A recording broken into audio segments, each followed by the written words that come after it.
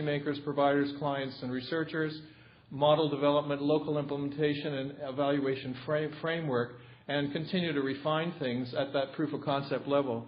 And I've got this up here because in many ways we did this with the Seniors Health Knowledge Network. We've been operating it for 7 years, and we've always involved all of these people, not just the policy makers and researchers like Stephen's group, but we've also been keen to involve clients and providers on the front line in the knowledge network.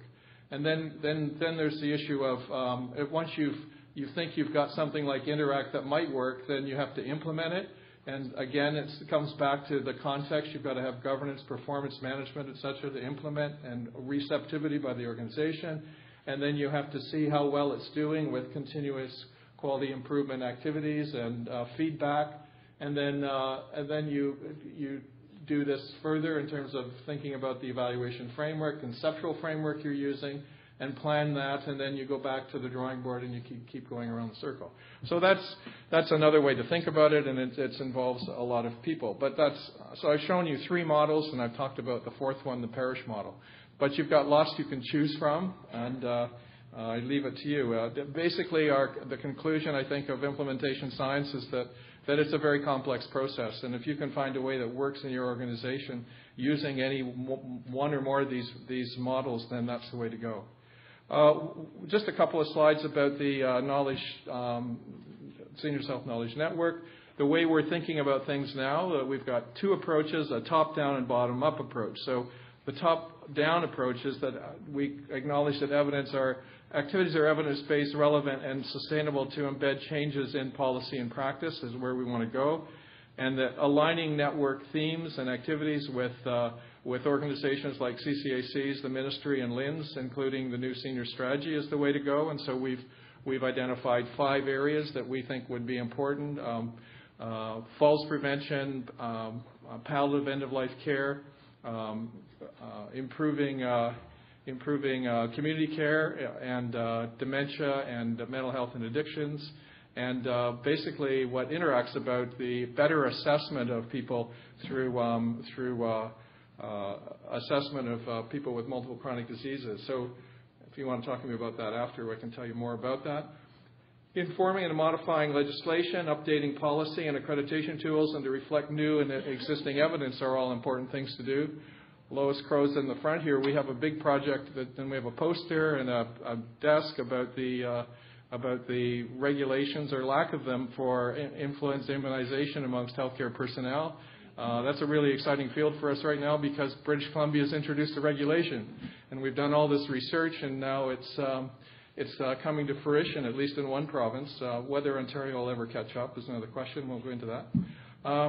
And then finally, building and maintaining collaborative relationships with key decision makers at the 3 levels, or at the CCAC, the LIN, and Ministry levels is another. As Dr. Auslander just said, relationships are really crucial in this business. And then the bottom-up approach for the network is to ensure that evidence-based, relevant, sustainable activities are embedded in policy and practice, is facilitating the implementation and embedding of evidence-based practice across Ontario's key sectors. And that was a major message he was making this morning, at least that's what I got out of it, that you could have the best tool in the long-term care home that seems to work, but if the other actors, the primary care, community care, and hospital people don't know about that tool, you're not going to go very far because you're using different language. And we've got many, many examples in Ontario of that. Identifying and responding to attitudes and outlets at an individual, team, and organization level. Again, this is a management challenge that I was talking to one of our long-term care home leads for our influenza immunization personnel uptake work, and she said in her home, she's in a municipal home in a part of Ontario I won't mention, but in her home, they've got fantastic buy-in culturally within the home, but the senior management in the municipality, there's 1 or 2 managers that aren't totally committed, and just their side conversations are eroding the momentum that she's been able to achieve in her home. For 2 years now, she's had 88% of her staff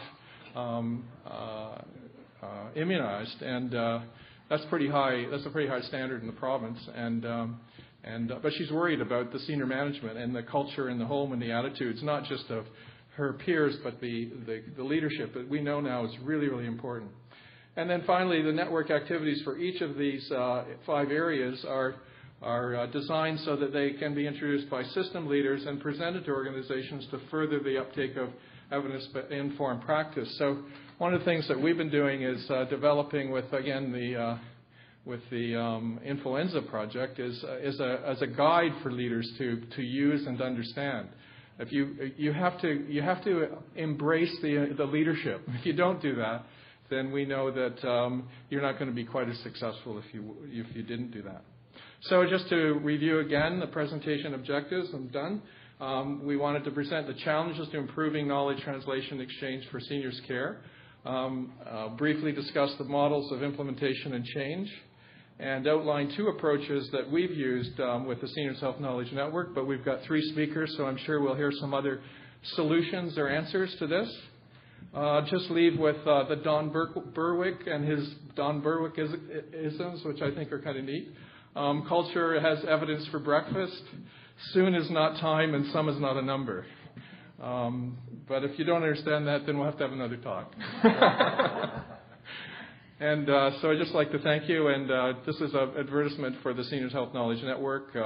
We're on the website. Seniors Health Knowledge Network is our website, seniorshealthnowledgenetwork.com, and we have a whole plethora of resources, tools, and people to connect ideas, research, and people. So thank you very much.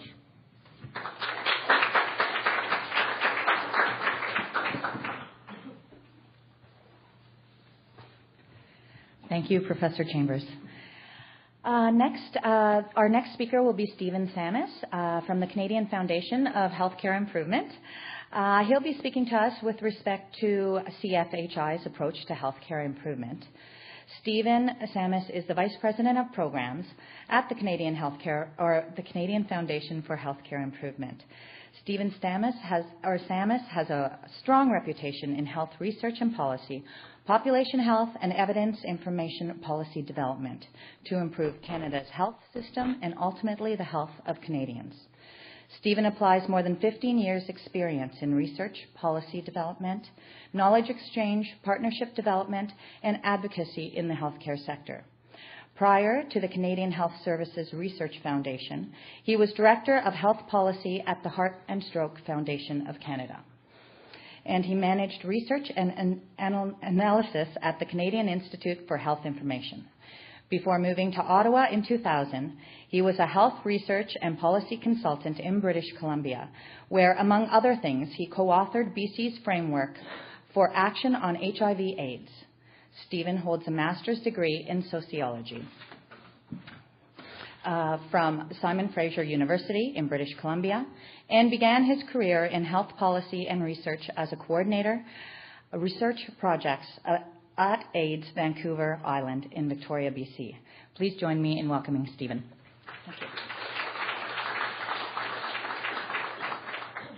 Thank you. I'm going to try to navigate my way through technology, which is, for me, always a challenge.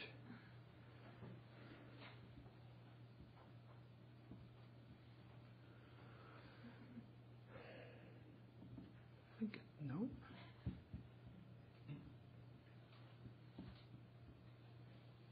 There it is.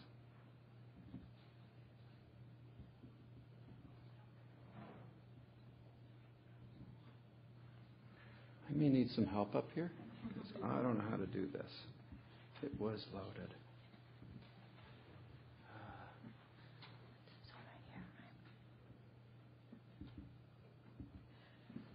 So it's that is Prezi. No, it's the EXE.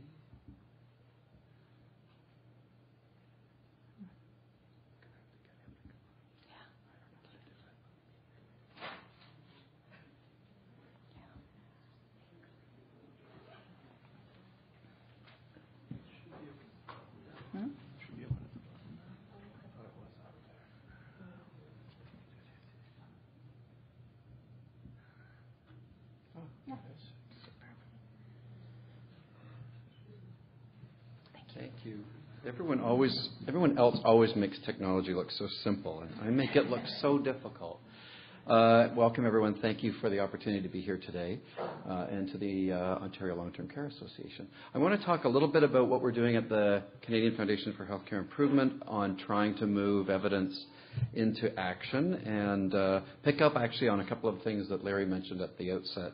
And then focus specifically on a project that we did in Winnipeg that we facilitated through one of our programs, our executive training program and research application, which worked in long-term care in Winnipeg. Okay.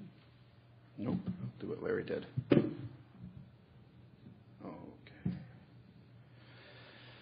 So I'm very briefly going to talk about the organization, a bit about who we are, and then this particular, really I think very interesting project on reducing the use of medication in personal care homes in Manitoba, particularly in Winnipeg and the Winnipeg Regional Health Authority, and which I think is a really good example of both the application of evidence and the change management processes that are necessary to do things differently.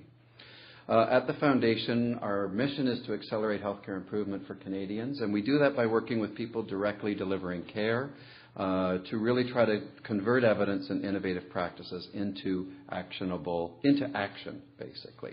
And as well, through the executive training program, really work with health leaders on developing their capacity to assess evidence and apply it in real care settings.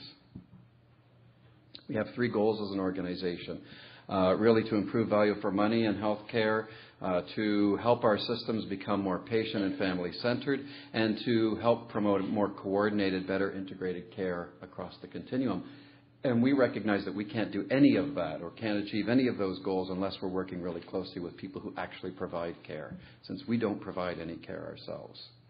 Many of you might have known this organization previously as the Canadian Health Services Research Foundation, which was established in the 1990s before CIHR. It was set up as a funder of health services research, and that was really its first phase of life for about the first 5 years until CIHR came on the scene. And then we began to focus much more on the application of research and into the KT, and as Larry said, developing receptor capacities for applying research, and that's when this extra program that I'll talk about was set up. And since that time, we've really moved more away from research application per se and really into implementation and change management. And hence, this past fall, we changed the name of the organization to reflect what we think, to better reflect what we think is what we're doing now than the old Health Services Research Foundation name. This is really the approach that we take, and this is very much the approach that Extra takes. And so I think there are 2 interesting elements in here. I mean, what we typically do, whether it's through our collaborations that I'll talk about briefly or the Extra program and the Winnipeg project, is you really have to find and assess the research, apply it, design and implement an intervention, implement that intervention, and then working to spread those across the country. As a national organization, part of our role is to help spread things that are going well and things that work across the country. And to do that, you often need to analyze some of the things that Larry pointed out, which is some of the policy bumps, some of the barriers and facilitators at the policy level that either allow things to spread or not, as well as the context in which you're trying to do things differently, and also importantly to evaluate the outcomes that any of these things are having in order to demonstrate the case. So it's really about trying to take a collaborative approach to health systems improvement. And we know that organizations, and you know this very well, face all kinds of challenges in spreading good ideas, be that the characteristics of the innovation, the willingness of those making the adoption to try new ideas. Larry talked about the importance of leadership in that, and the characteristics or culture of the organization. But we know that we can spread innovations across organizations. And so what we've started to do at the Foundation is to really begin to think about, well, what are the key characteristics that enable some institutions to become high performers and others not. And I'm not going to go into this now, but it really just importantly is leadership and strategy, which Larry referred to, organizational design, and then the improvement capabilities within an organization. We also have been working with Jean-Louis Denis from the Institut National de Santé Publique Administration Publique in Montreal on thinking about the building blocks for health system improvement and transformation. And I won't go into this now, but it's all available on the website of the foundation. But it's really about engaging patients in change and using evidence to inform change, but really beginning to align population health services with population health need, changing the work culture, creating an enabling environment through policy change, and really recognizing that organizations themselves are often the real locus and drivers for change in health system improvement, and that those local innovations in care can be very, very fundamentally important. And the Winnipeg example that I want to talk about is part of that. I'm sorry if you're getting seasick as I rush through this, Prezi. This just shows you three of the ways in which we've been working lately across the country through some collaborations, the extra program that I'll talk about in more detail, through a patient engagement process of trying to engage patients in care change, and doing some applied research and policy analysis. I'm not going to go into these collaborations, but I think the most interesting one we have underway right now in terms of using evidence and trying to apply it in change is the top one. We've signed up all of the health authorities in Atlantic Canada to work on chronic disease management collectively across the region. And we now have 10 teams that have launched across Atlantic Canada dealing with everything from diabetes, mental health, various use of evidence and the use of guidelines in change. And it would be a very interesting exercise over the next year and a half or so as we take all of these health authorities through a process of collective learning and collective change.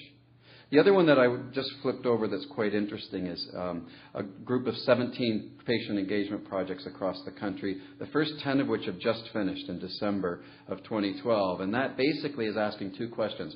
What happens when you involve patients in redesigning care? And how do you best do that? We're starting to synthesize the lessons learned from these organizations, 17 across the country that have been working on patient engagement. The first 10, as I say, are done. And we have a series of webinars coming up in April that'll be looking at that. All of the objectives of all of these projects are really to improve system redesign, to support improvement teams through tailored education and learning, so really through the change management process, and then ultimately to share and spread things that are working. And to try to get us away in Canada from our perpetual uniqueness syndrome, as the founder of this organization, Jonathan Lomas, used to call it, where we know context matters, but we also know that it can sometimes be a professed barrier to try to spread things that are happening in different parts of the country. So the extra program was established in the foundation in about 2003 and was funded for 10 years by Health Canada. That funding envelope is coming up in 2014. This is the last cohort going in February, but we're going to continue the program through funding for another couple of years at least. And it gives participants the skills and knowledge to become change agents, and also really to learn about how to find and apply the evidence, including places like Cochrane. And it's really been foundational to the research application approach at the foundation. It involves residency sessions, e-learning, and then, most importantly, the teams coming in take a project, an intervention that they want to change within their organization, their health authority, their department, their institution. And Larry mentioned in his slides the need for greater competency of organizational leaders in change management. And it's interesting because this is a big part of what the program does. And we moved it from being an individual to a team-based approach, precisely because it's not just individuals in organizations, as again Larry set us up to talk about, that can make a big difference. It's changing the organizational culture to become one that's more receptive to using research, evidence, and to actually try to work through the change management processes to do things differently. And so we've created it. It's now a team-based program. It's gone from 2 years to 14 months. The focus is now much more on the intervention and the change management process itself. The research application is really a means to the end, not the end in itself. And the other thing that we mandate with the teams coming into the program is they absolutely have to have their CEO support. If they don't have the support of the CEO, they can't get in. It's a prerequisite. Because that leadership, again, as we heard, is very, very, very important. This project that I wanted to speak about is based on one that was done in Winnipeg, as I mentioned, by Joe Pushniak and Cynthia Sinclair. Cynthia's still in Manitoba. Joe's now gone out to BC. But what they really wanted to do was to use their region's minimum data set to improve care for the personal care home residents. And as Cynthia said, they had metaphorically boxes and boxes and boxes of data sitting in their data set that was being unused and barely analyzed. And so they wanted to see how they could better use that information and tackle a specific problem using it. So they come from a situation where there are 39 personal care homes supporting 5,600 people, a variety of ownership models. Some are profit, some are not-for-profit, some are operated by the health authority, and then an operating budget of almost $350 million. What they decided to focus on after going through the data was to shed light on the use of antipsychotic medication for residents and whether the use of these drugs could be reduced. What they found was a tremendous variation in the prescribing of antipsychotics across the region, ranging from about a high of about 45% in the nursing home that they originally tackled as part of their project, down to about 15% in some of the other homes. And so they wanted to try to understand some of this variation in care. They also noted that at the time of their study, the average in BC for prescribing antipsychotic medications to patients with dementia is about 50%. So the highest outlier in their region was about 10% below the average in British Columbia. And Joe, now in British Columbia, says he's going to try to address that over time. Antipsychotics are used in personal care homes a lot in Canada, and they help manage challenging behaviors resulting from dementia. But the medications, which can be useful, can also pose real problems for the patients and their families. So their goal was not necessarily to say, well, we're going to reduce these, but really to look at the variations in care and try to identify what they could be doing differently. So again, as I mentioned, they used their minimal data set and looked at the evidence that they had in their region. And the data showed them that there was this difference in care. It had very little to do in the variance of the characteristics of the residents. It really was variance in the care provided and not in the profile of the residents. And that the facilities with lower antipsychotic medication use were often those using a care model for residents with dementia called PIECES, physical, intellectual, emotional capabilities, environmental, and social, which is a tool designed here in Ontario. So they basically modified the PIECES tool and applied it in that residence that had the highest use of the antipsychotic medication, which was Middlechurch. And working with the staff members, they developed a condensed version of the PIECES model and organized training for the entire staff in really helping them to understand the whole patient. And that's a big part of what the PIECES model does. And so just an anecdote, they were talking about changing the way in which the staff dealt with and got to know and understand the residents in the nursing home, especially as they started to come off the antipsychotics. And one of the things they did was they would look at the person not as a patient with dementia in a home, but as who is this person sitting before us? Who is this person that we're looking after? They talked about one individual who was a faculty member at the University of Manitoba, now living in this home with dementia. And he loved his job. He loved his career. And what they found was he still really wanted to be grading papers, for example. So I don't know how they found these essays, but what they basically do is they often bring him essays. They bring him papers, and he grades them. And he just sits on the floor, and he opens up the papers, and he's grading, and he's happy. And this whole PIECES program, which is really a fascinating program, really is intended to do that, to really enable individuals to become whole people and be seen to be whole people, and to work with them as people and perhaps not have to resort to the use of antipsychotic medications to temper their personalities. So over a 6-month period, they saw their antipsychotic use drop by more than 20% amongst the residents who were on the medication, and a 10% reduction overall in the percent of residents who were prescribed antipsychotics, which what they found really interesting was that not only did it improve the quality of life for the residents in the home, but significantly for the family members as well. They started to have relationships again with their loved ones that they hadn't had when they were really drugged out on the antipsychotics. And they also saved a lot of money, which is always a good thing in healthcare these days. So they've now received funding from Manitoba Health to scale up the intervention to all 38 personal care homes. We started working with them at the end of their project to start to say, well, what would happen if you were able to do this across the province? And we started doing some analysis with them of trying to understand what that would save in the province and the Winnipeg Regional Health Authority in particular. And then that analysis that we did with them has obviously resonated with the province in Manitoba, and Manitoba Health just provided them with funding to go further. But they're estimating that the savings for Winnipeg Regional Health Authority annually, based on this one project scaling up across the region, is $300,000. But that, I think, is secondary to the enhanced quality of life for both the patients and their families in these homes. So now what they've decided they're doing, at least Cynthia is doing, is to start to build the processes for analyzing other indicators. And she now has a cadre of coaches in the PIECES program that she can start to apply to other areas. So they're going back into their data now. They're looking at other areas where they can try to take a similar approach.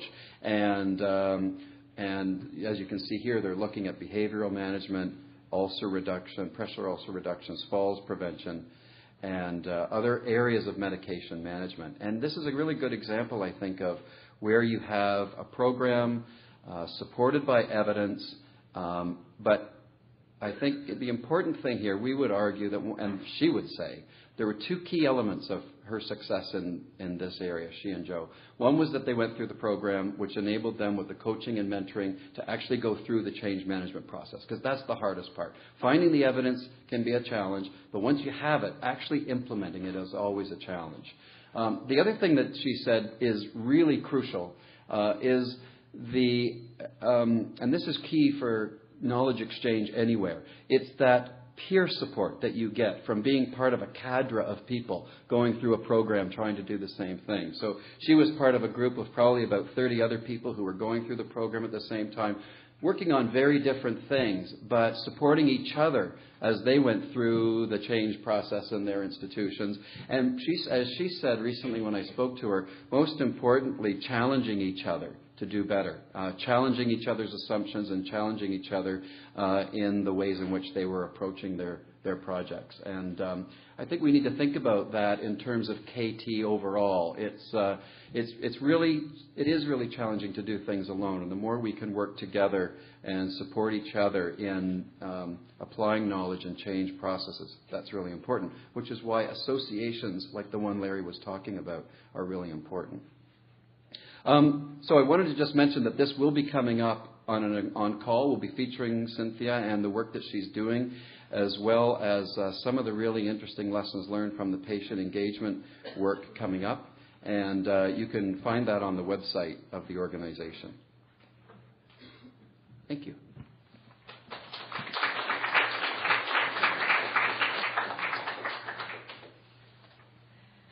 Thank you very much. Extremely interesting example of how our PIECES education is so important in improving the quality of life and quality of care that our frontline staff help provide. So thank you very much.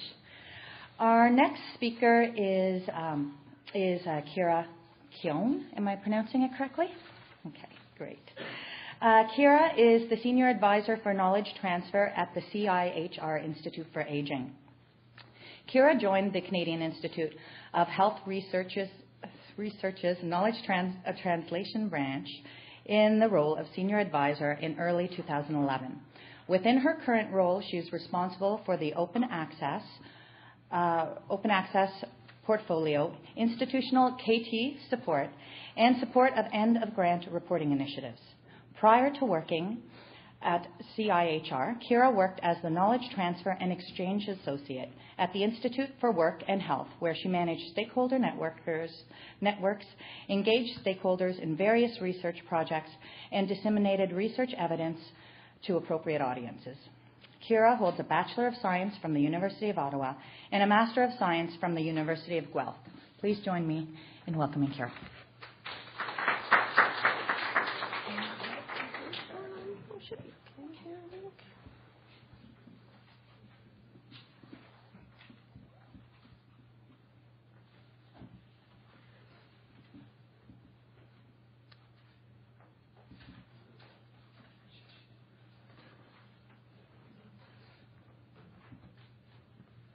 Okay, thank you very much. I'm happy to be here today.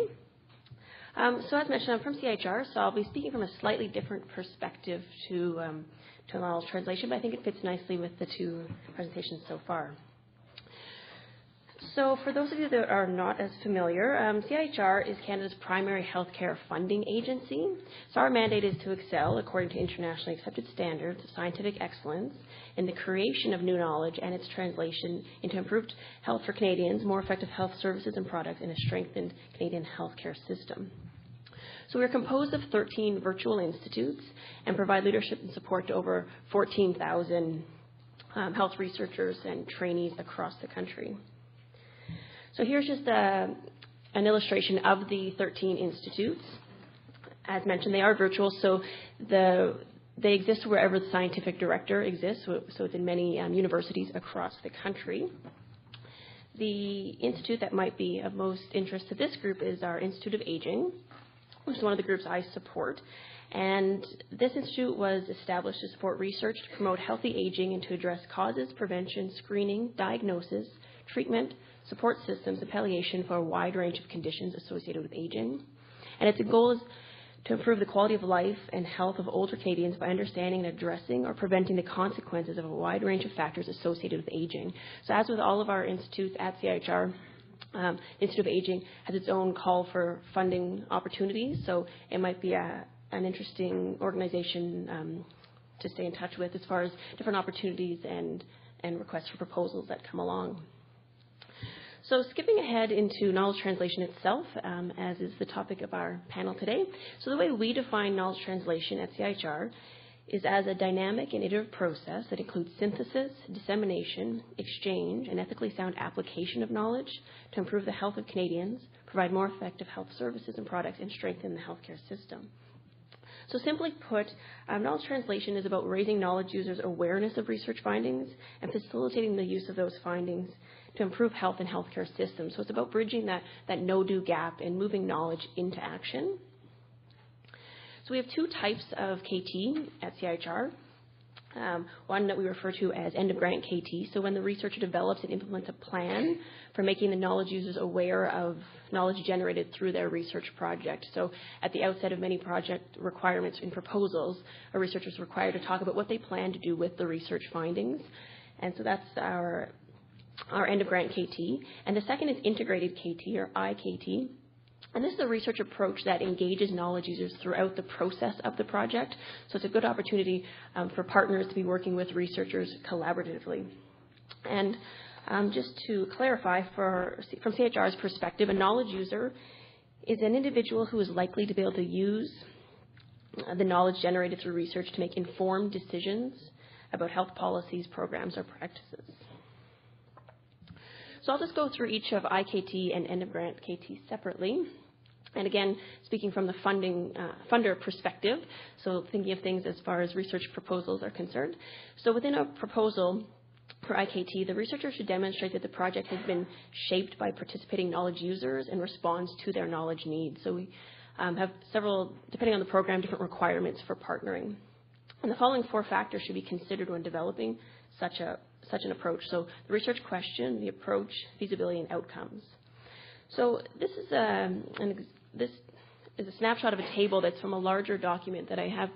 I'll give you the link to at the end of the slides, a guide to knowledge translation at CIHR.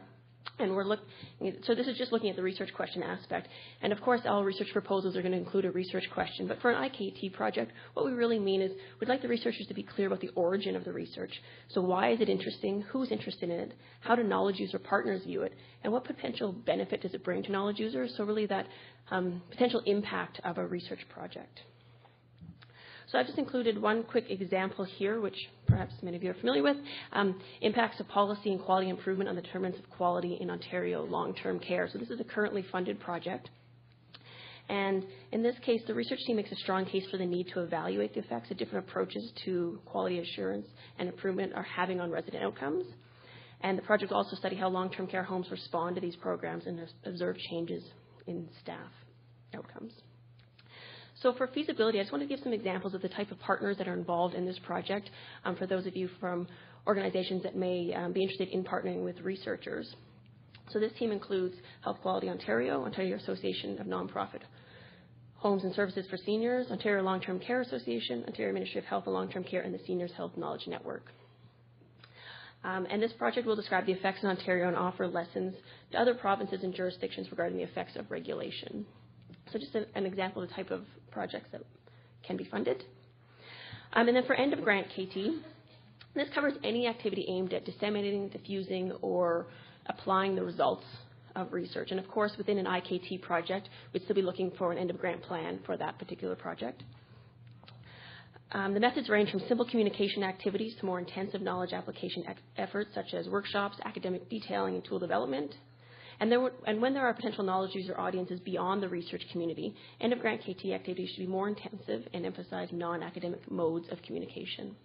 And for all KT activities, the most important consideration is appropriateness. And so for the 5 factors that we think are important to think about when planning an end-of-grant KT plan are the goals of the plan, to identify the knowledge user audiences, determine the KT strategies that are the best way to communicate with that intended audience, the expertise on the research team, and the resources that may be required. And you can see some links to why having the links to the integrated KT and the benefits of having partners on board throughout the project. They may be your direct links to your intended audience. They may have expertise to assist in the communication and dissemination to those particular audiences. And one of the biggest elements of uptake of knowledge is co-creation. So if there's perhaps someone on your research team that has a direct connection with your intended audience, there might be more buy-in or credibility of the research findings themselves. So just again an example from our KT guide about some goals that a project should include as far as an end-of-grant KT. So it could be as simple as increasing knowledge or awareness of a particular topic, but could range all the way to more complex goals, including changing policy, practice, behavior. So it's going to depend, again, the appropriateness of the project or of the KT plan, depending on what the project is and what the levels of evidence are. So I've included an example from the KT guide from a very different topic area, so we won't look at that, but just to think about a KT plan before and after, because this project is already done. So we do encourage researchers to look at their KT plans throughout the life of their project and make adaptations where necessary. Things change, different outcomes or unexpected outcomes may occur. So for this particular project, the initial goals were to increase knowledge and awareness and inform future research, which for this topic area was entirely appropriate. And at the end of the KT plan, that remained the same. Their initial audiences were researchers in genetics and microbiology. However, due to some opportunities that presented themselves during the life course of the project, the audience was expanded to include the general public and the sales force in a scientific supply company. So initially, the KT strategies had simply been peer-reviewed publications and conference presentations, which is quite standard for academic findings. But in addition to what had been initially proposed, tailored presentations were then made to the general public at an event in Hamilton called Science in the City, because event organizers had approached the scientists, and to the international sales force at a supply company called Perkin-Elmer. And again, this is an opportunity that presented itself to the researchers. For both expertise and resources, there were no changes from the beginning of the project to the end, but just a reminder again that you want people on your team that are going to be able to assist in the dissemination. So that's where it can be really helpful having partners involved. And then the resources required. Unfortunately, KT does cost and does take time. So we encourage teams to build that in right from the beginning. So just some general tips for end-of-grant KT. You want to ensure there's a match between the expected research findings, the targeted knowledge user audience, and the KT activity selected. You want to tailor your messages to the particular needs of your audiences. So the broader the audience group, perhaps there will be separate messaging required. And as I mentioned, you want to revisit your KT plan throughout and upon completion of a project and adjust as necessary. So the next thing I want to talk about as a funder, so we're going to talk a little bit about some funding opportunities that exist within sort of our KT umbrella. So we do have planning grants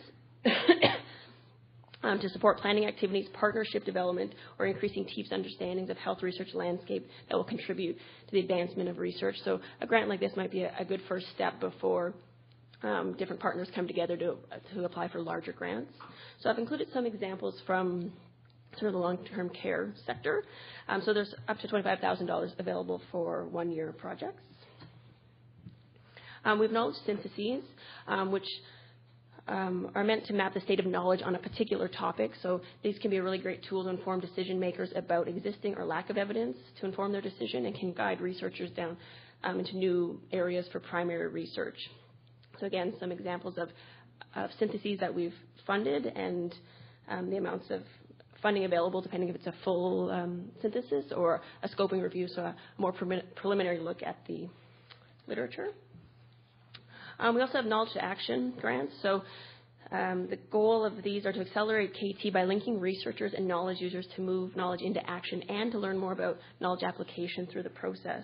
So for this particular grant, a knowledge user is required as part of the team, so it can be a great opportunity then to be linking again with researchers. And the Partnerships for Health System Improvement are a FISI program, and the example of the quality care is a FISI-funded program.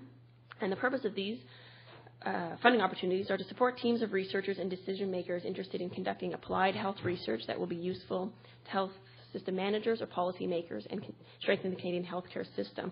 So this is a much larger grant, $600,000 over 3 years.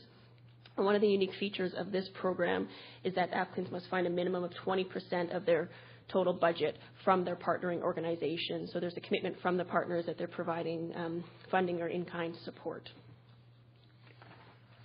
And then the last one is dissemination events, which also can be a great opportunity for partners to be involved in research. So to support events that contribute to the dissemination, exchange, or uptake of research evidence.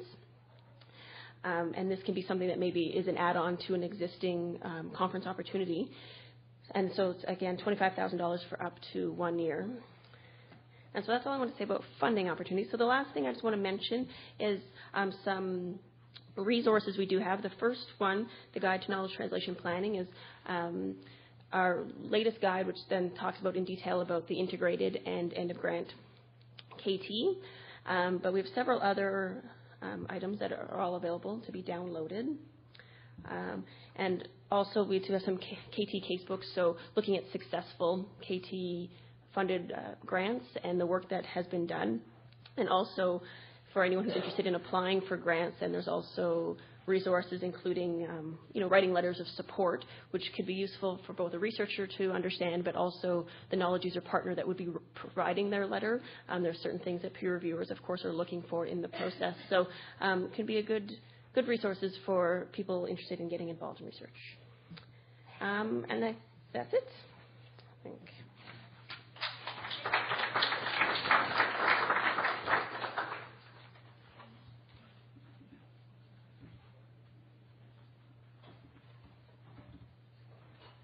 Wonderful. Thank you.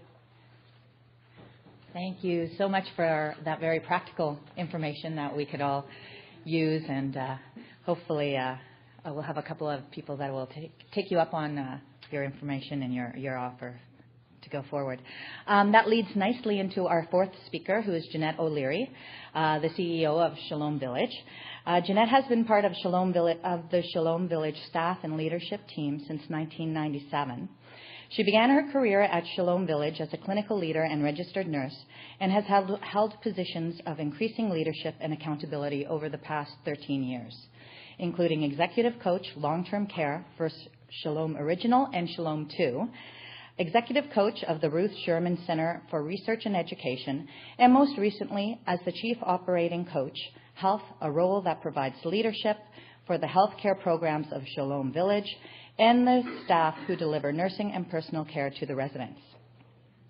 Jeanette has provided leadership for many on the important achievements and areas of growth for Shalom Village, including the development of the at-home approach to care and leadership standards, accreditation awards, and the implementation of the Supper Club program and organization-wide programs such as ethics, staff development, and leadership coaching. Jeanette is also a sought-after speaker and provides important links to the community through her clinical faculty appointment with the School of Nursing at McMaster University and representation of Shalom on the Hamilton-Niagara-Hallaband-Brant Long-Term Care Network Council, the Nurse-Led Outreach Team Steering Committee, and the OLTCA, of course. Thank you, Jeanette.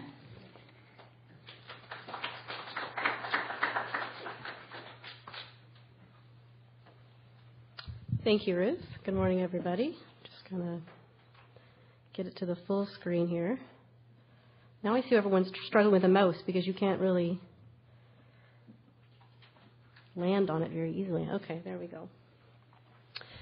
So my role in today's session is to give the sort of a home-level perspective of how we navigate this area of knowledge translation, best practices, bringing the kind of care that we all want to our residents and staff.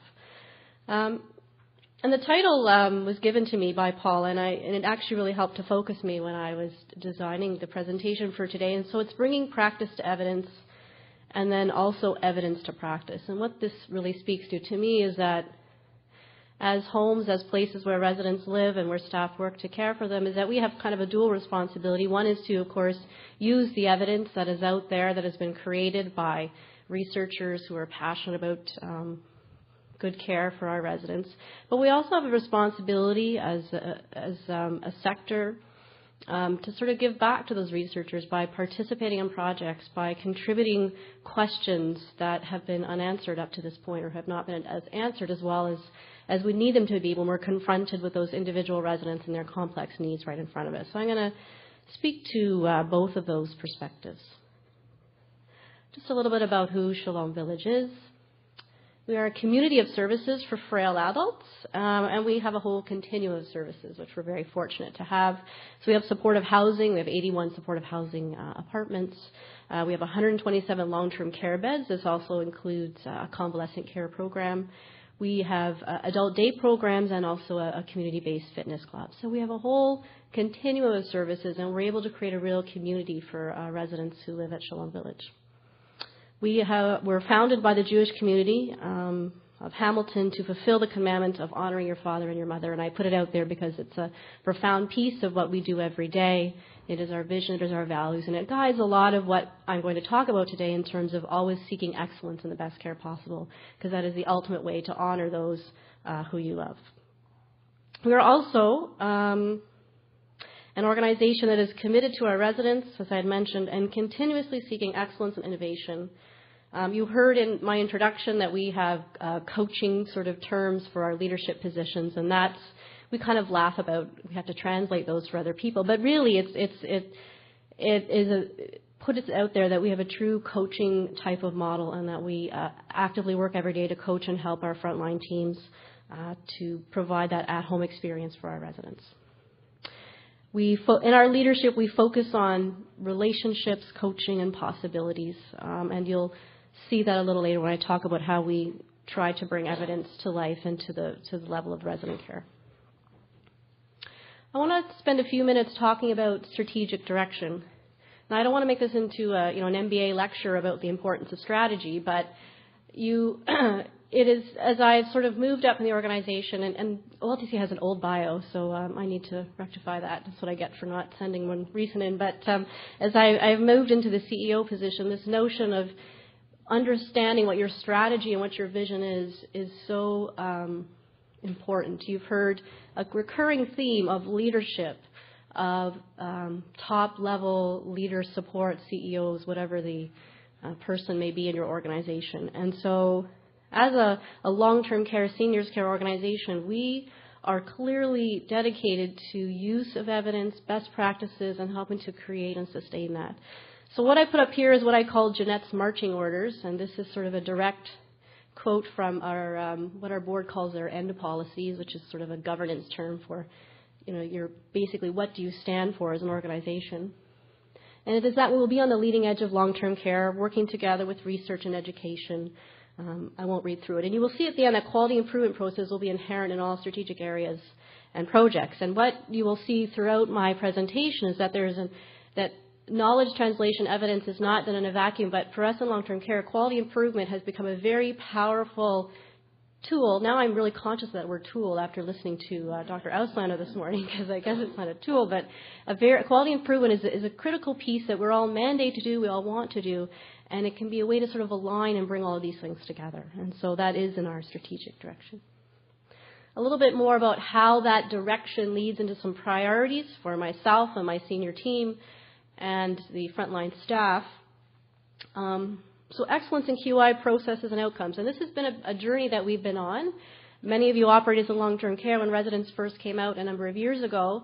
I don't know about you, but for me it was an aha moment of bringing some structure and process into what might have been more sort of intuitive, small, you see a problem at the bedside and you work together to try and make it better. And so we've been really working on refining our processes so they are efficient and they are effective, and individuals and organizations are held accountable for the goals that we set for ourselves. We also have a very strong culture of learning, reflection, and excellence. So at Shalom, we are a learning organization.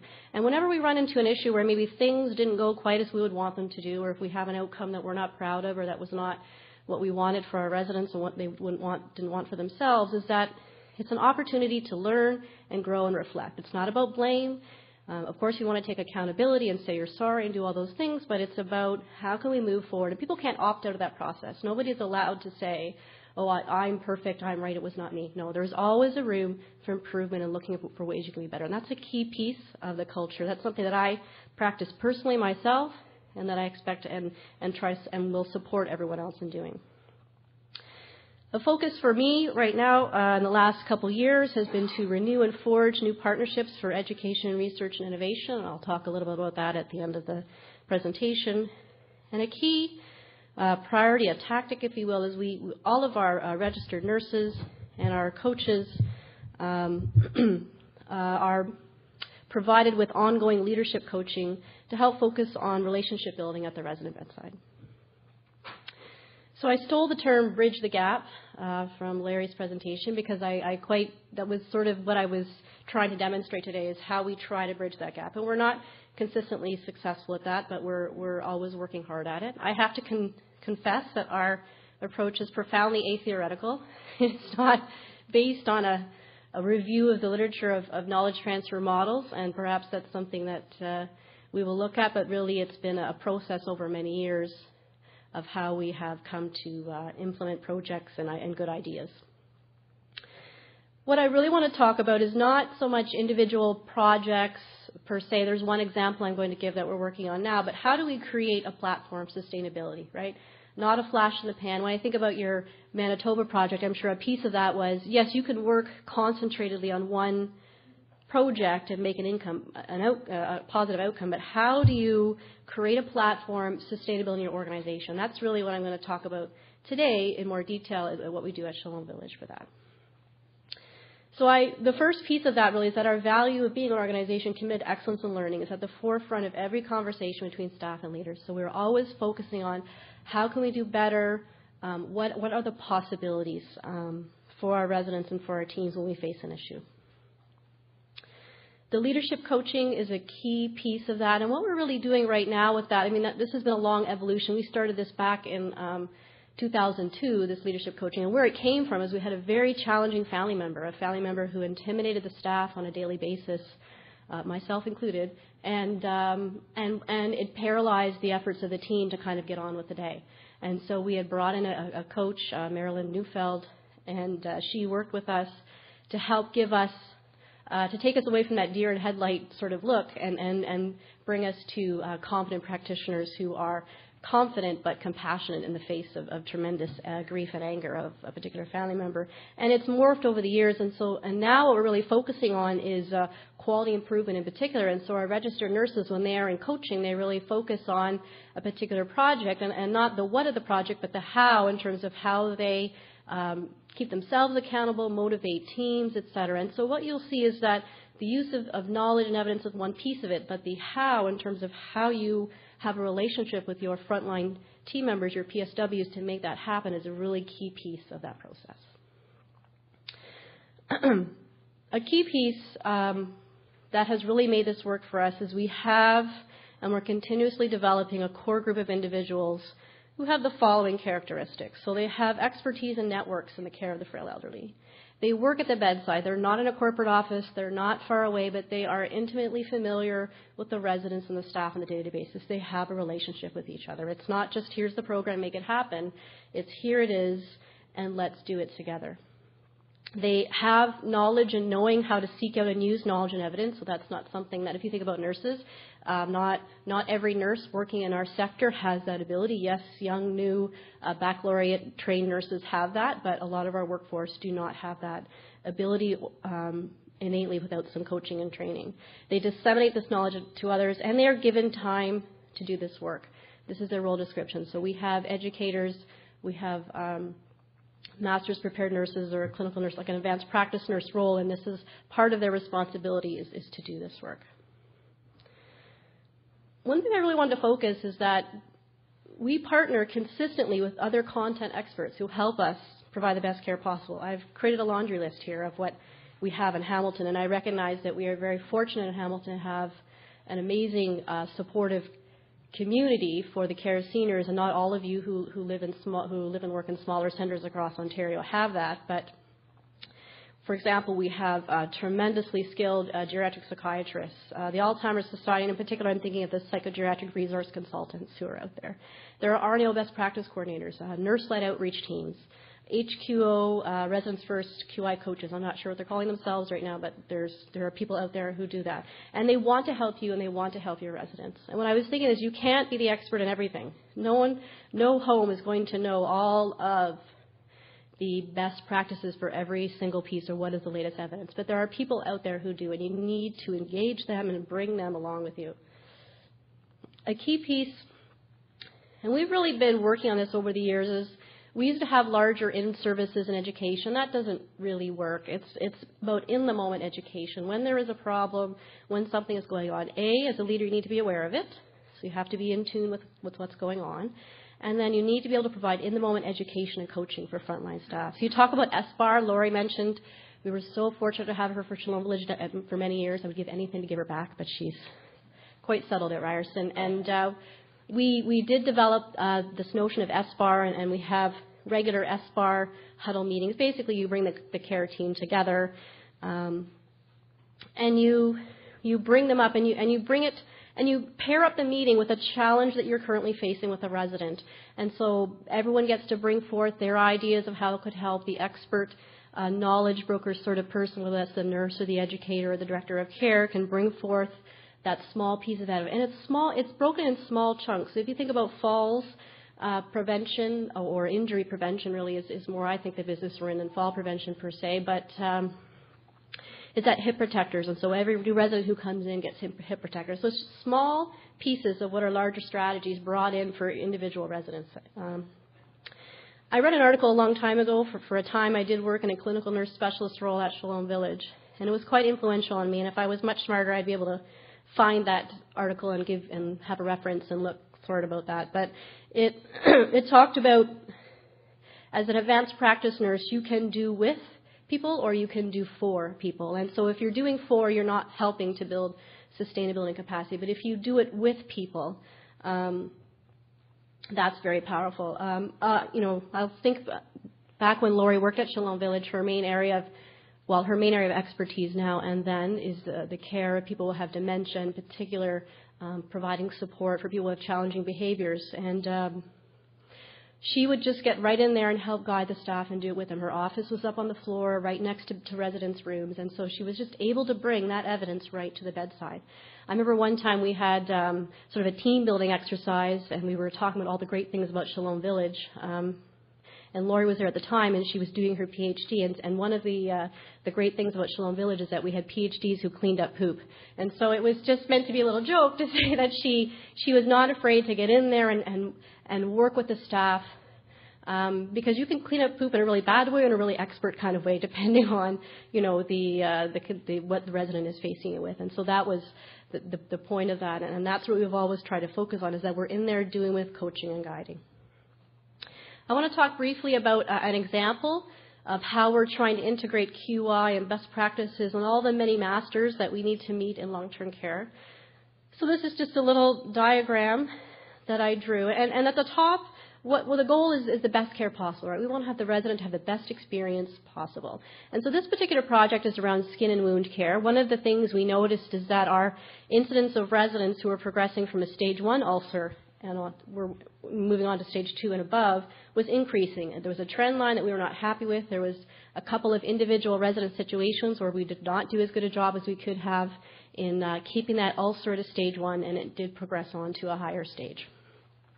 And so we, by using we have individual resident stories, and we have our MDS outcome data, as all of you do. And so we looked at that, and we saw that we had an opportunity for improvement. An opportunity to use best practices and knowledge around pressure ulcer prevention. And so these are all the key pieces that go into that. And so first of all, we have staff who live the vision of excellence in learning. They're up for this. They're motivated. They're great receptors, to use a term that another person on the panel had used. And so they're up for it. They're ready for change. They want and are ready to suck up the knowledge around how they can do better for their residents. Again, as I mentioned, we're using leadership and coaching, so their coaching sessions every month are focused on how do they make this happen? How do they take an issue and work with the aims and the measures and that sort of thing? And we're just starting off on that process now.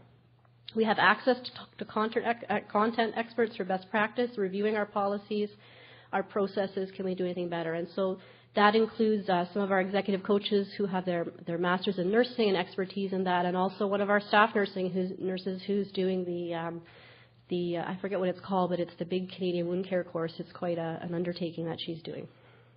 And so she's going to provide input to the team on what are the latest best practices. And then as senior leaders, we guide and support, and most of all, we provide time for the activities. So our registered nurses who are involved in this have a day once a week where their job is to gather the team together, to have huddles, to do sort of case management type activities and engage in quality improvement. So we invest in them and their time.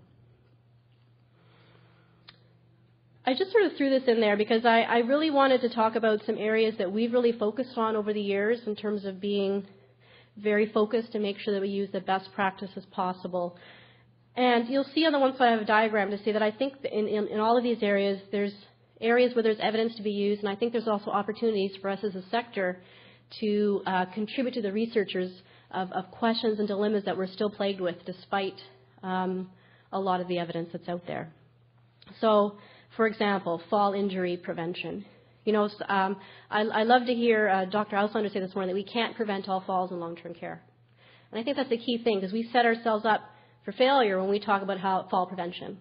Because I'll often say, unless the two things need to happen to prevent every fall, and that's either you have a pair of eyeballs on somebody 24/7, awake eyeballs, or people are restrained, right? And so I'll often say we're in the business of injury prevention, really, more than fall prevention, per se, or else we're having a lot of restrained people or a lot of very expensive system where people are supervised all the time. And I'm not sure that that's really brought forward as much as it could in the literature that to help us as a sector to say, yes, this is an evidence-based strategy around that. End-of-life care keeps coming up, but there's a real opportunity for long-term care to really take leadership in this role and, again, use existing evidence, but also bring the nuances and context, particularly around families. And I'll often say we don't talk enough about how dementia is a terminal illness. It is a terminal illness. And we need to get better at speaking about that and talking about that. And I think that's where we can bring stories and narratives from our work lives that can inform some research that will help give us as a sector better ways to talk about families with this. Support for residents with behaviors. God, you only need to watch that W5 show, right? Everybody watched that? And to me, I didn't watch the whole thing because my kids wouldn't let me watch it, but we were fighting over the television. But is that there seemed to be a lack of discussion about, again, dementia is a terrible illness that does terrible things to people. And how do we, and as a sector, we're caught in a bit of a dilemma about individual resident autonomy and willingness to be free and the risk that they pose to others.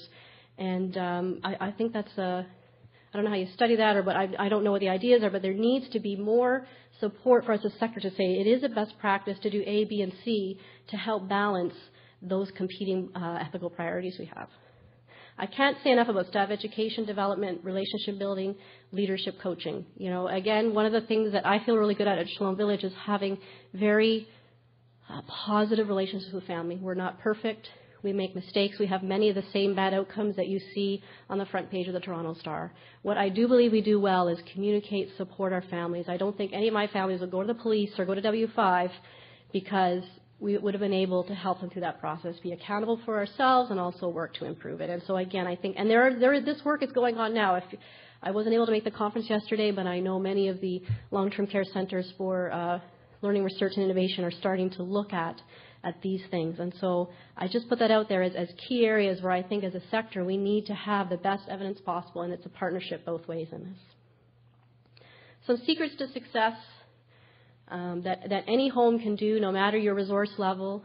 Because I'm conscious that some of the things that we have at Shalom Village, not everybody will be able to have, and I'll talk about that in a few minutes, is alignment, right? I mentioned we have many masters in long-term care. We have to do quality improvement programs. We have the ministry come in for inspections. Many of us go through accreditation.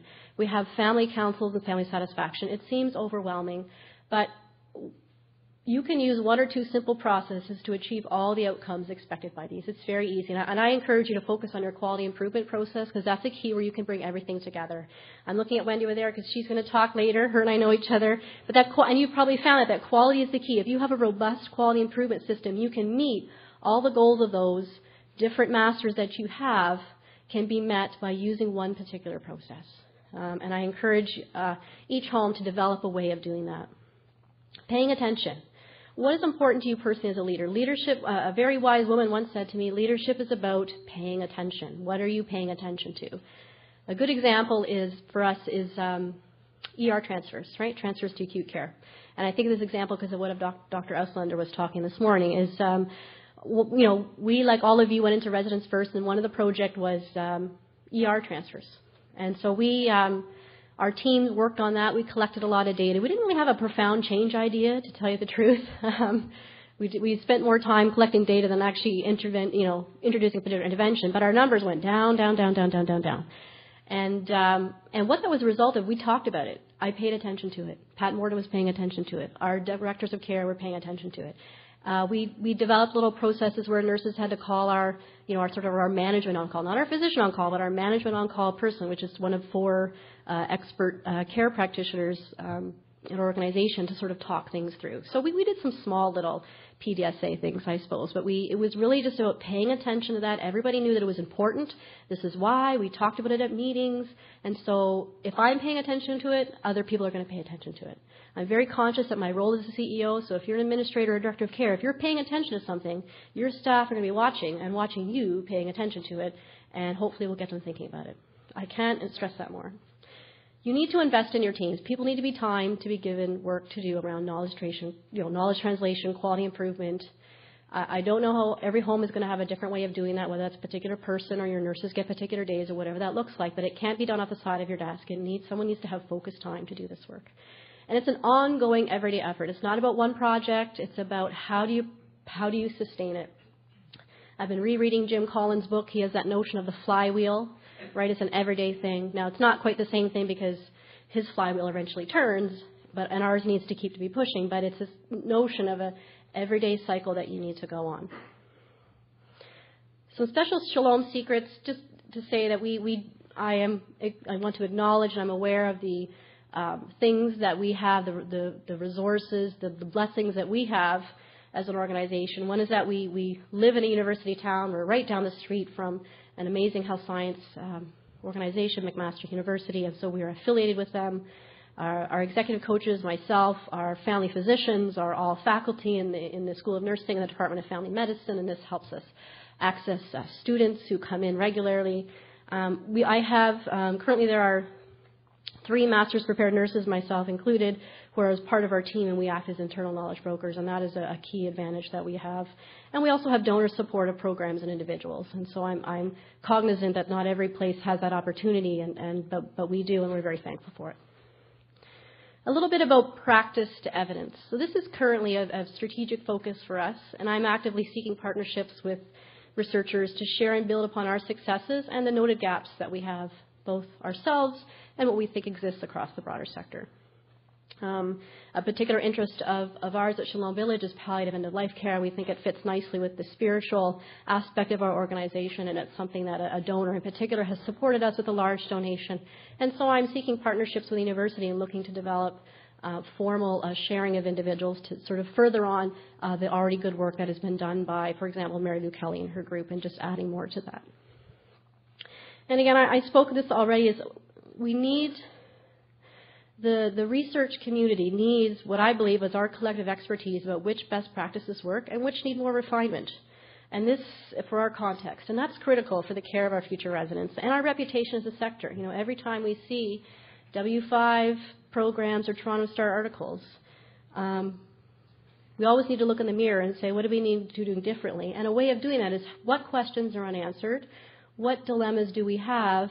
And how can we connect with researchers who want to help us figure out what the answers to that is? Lori came and did a presentation to our board, and one of the board members asked her about the importance, tell me about the importance of theory and research. And so she had a great answer, and I give all the credit to her for this, is that without theory, things are just a happy accident. And so we really need that research and that refined looking at the work that we do to make sure that we have practices that are based in the scientific process that work and can be reproducible. So that is the end of my presentation, and I guess the end of the panel, and now it's back to questions. Yeah.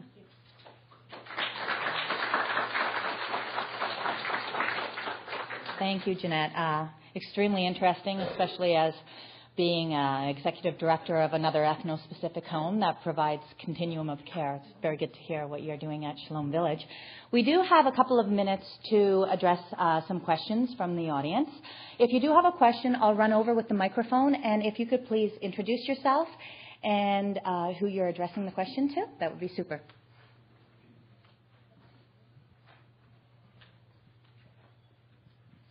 I'm Steve Crawford from McCormick Home in London. And Jeanette, I'm encouraged by your comments because we are a single home. We have an adult day program as well, and we're embracing leadership in dementia care, which includes research.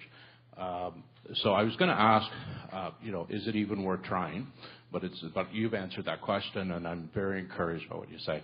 The one question I have, though, is how do you engage researchers to do the kinds of things that we want as opposed to what they want?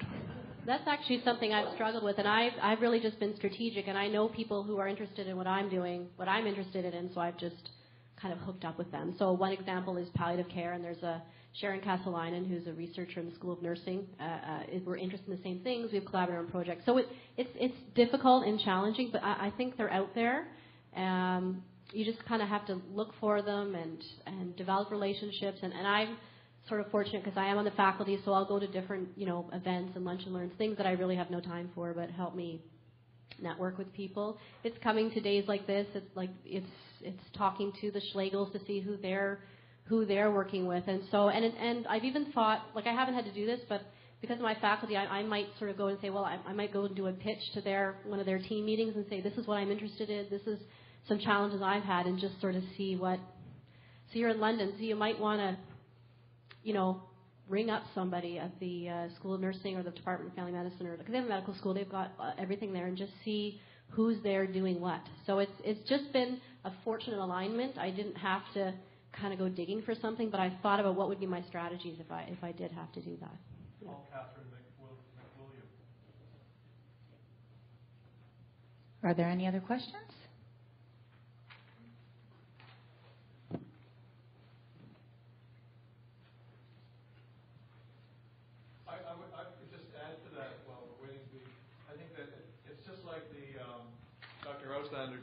about walking over to the emergency room and talking to them. It's developing relationships, and it's an ongoing relationship that you want to develop too. It's not just the one-off, and your thinking evolves as well as the researcher's thinking evolves. So it becomes a co-creation kind of process.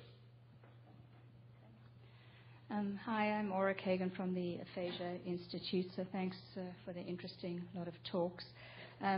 I just wanted to really make a comment more than a question, just of some of my learning recently in this area, and that's the difference between best practice recommendations and evidence.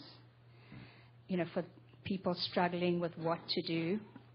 So our area, we're looking at how to really integrate the whole issue of communication and language barriers into care everywhere. And the challenge is there is quite a lot of evidence. There's a lot of research articles.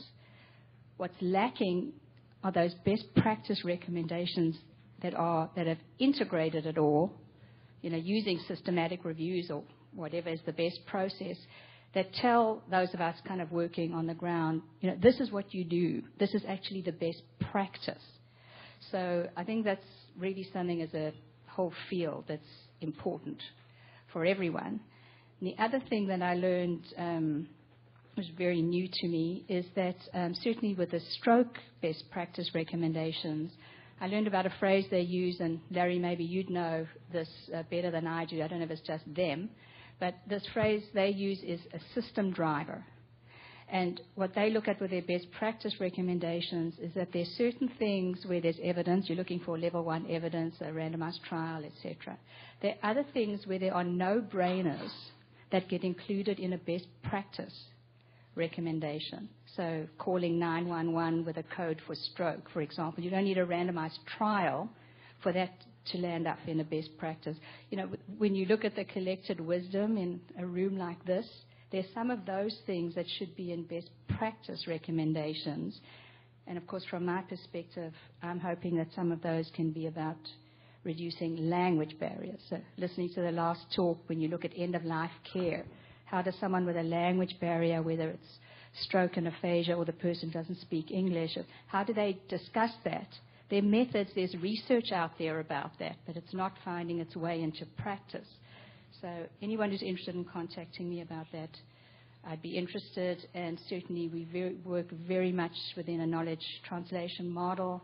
We're interested to learn from you, and hopefully maybe you can use some of our stuff too. Thanks.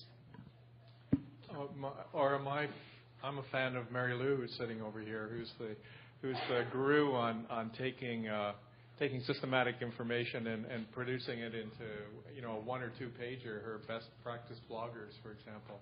And it's a skill that you have to have to be able to integrate and synthesize all that knowledge, and also put it in a simple way that's accessible to personal support workers. That's our challenge, is to take the evidence that's from a systematic review and make it simple. Dr. Ostrander was talking about his Interact. He's worked really, really hard to simplify the language and simplify the activity so that people can understand it. Because, as I mentioned, that was a criticism I had of the Cochrane collaboration, that they do a fantastic job on the synthesis, like finding all the articles, all the research, and then synthesizing that research for other researchers. But there's another step there to take that synthesis, that Cochrane report, and make that accessible or understandable to frontline workers.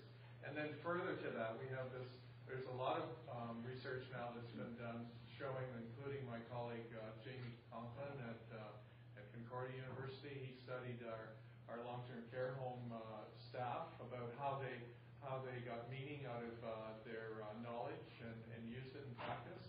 And it appears that there needs to be at least one person on the team that can read and understand, because the way the knowledge is passed around the team is not by reading that best practice guideline or the best practice blogger. It's by verbal communication. So there's another step there. Even after you've got the summary down to a really simple format, you still need to have a process in your organization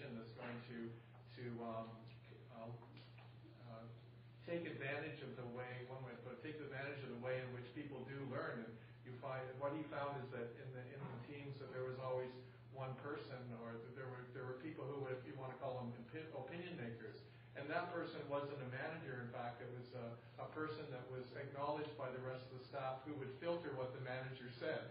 So that's another little twist in there too. So it's really difficult to get it right down to the frontline staff.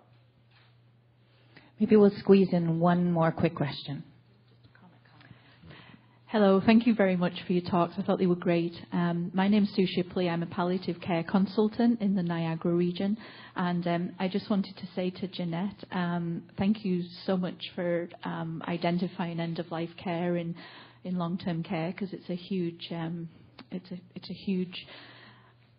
just a huge topic right now. And I just wanted to let everyone know that the palliative care consultants are available across the province to the long-term care homes as resource and for capacity building and mentorship at the bedside, education, bringing in resources, really on an as-needed basis. So I just wanted to say we're out there, and many areas have local consultants. So thank you for everything.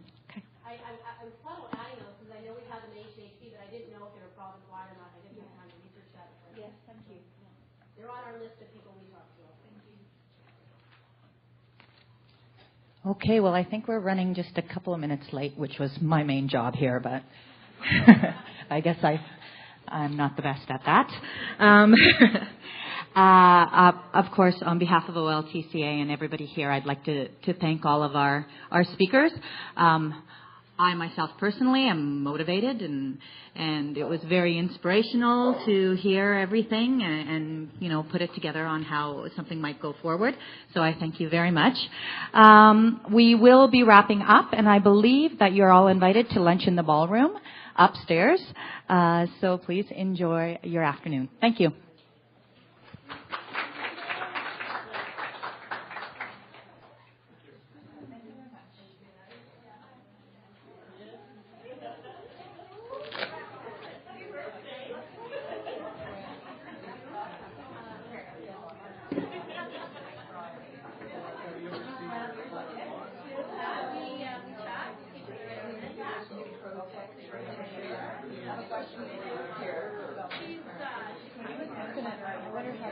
Maybe I'll just get help.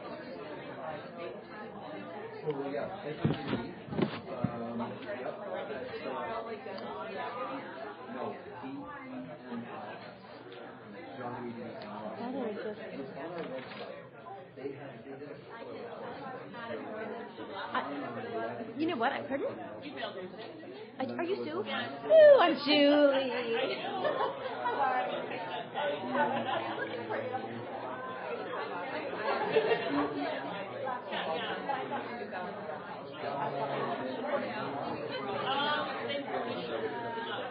Oh, already? Yeah.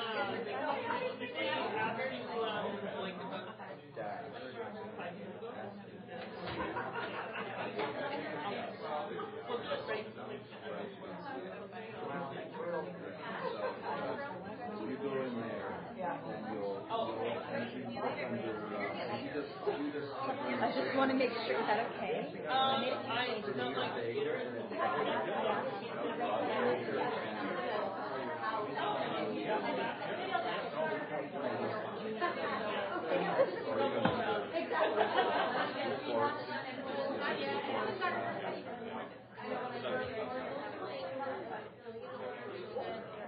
that's good.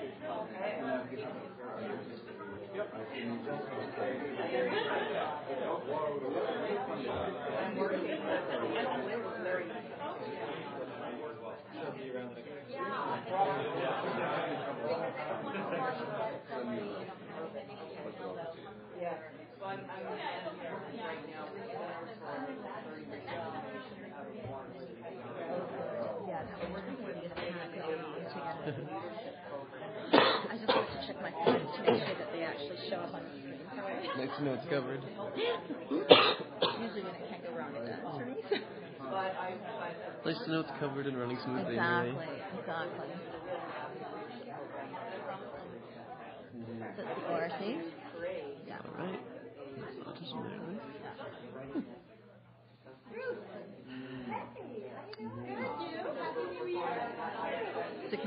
copy it to the... Yep. Okay. It's for the afternoon, correct? It is not till 3, so others may need to go on. But... Yep.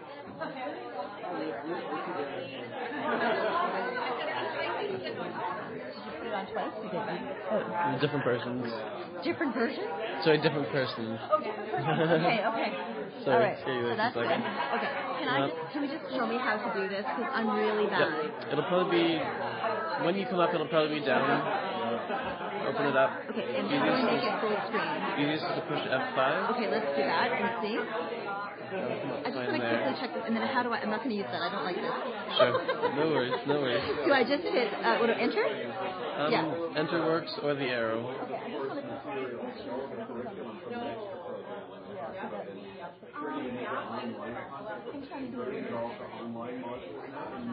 Yeah, okay, perfect. You know how sometimes when you do it in... Something formatting like that. Yeah, so, okay, I'm fine. So I just close that. And then escape will get you back to there. Okay, so I can just we can just minimize mine. Yep. So F5 is my... F5 is the easiest way to get it. Okay, and then the enter.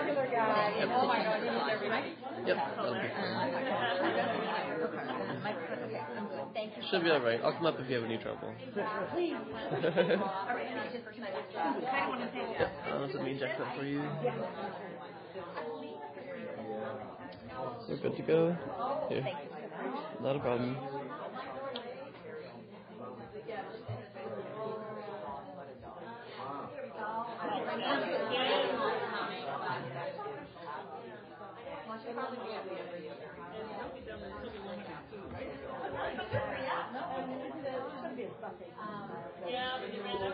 I did not get anything.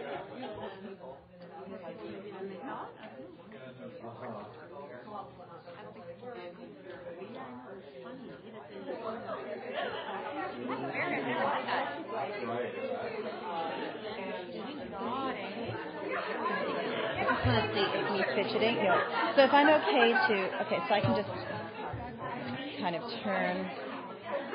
Is that going to be a pain, or is that? Yeah, I guess I'm okay. Okay, that shouldn't be too distracting. Okay, thanks so much. All right.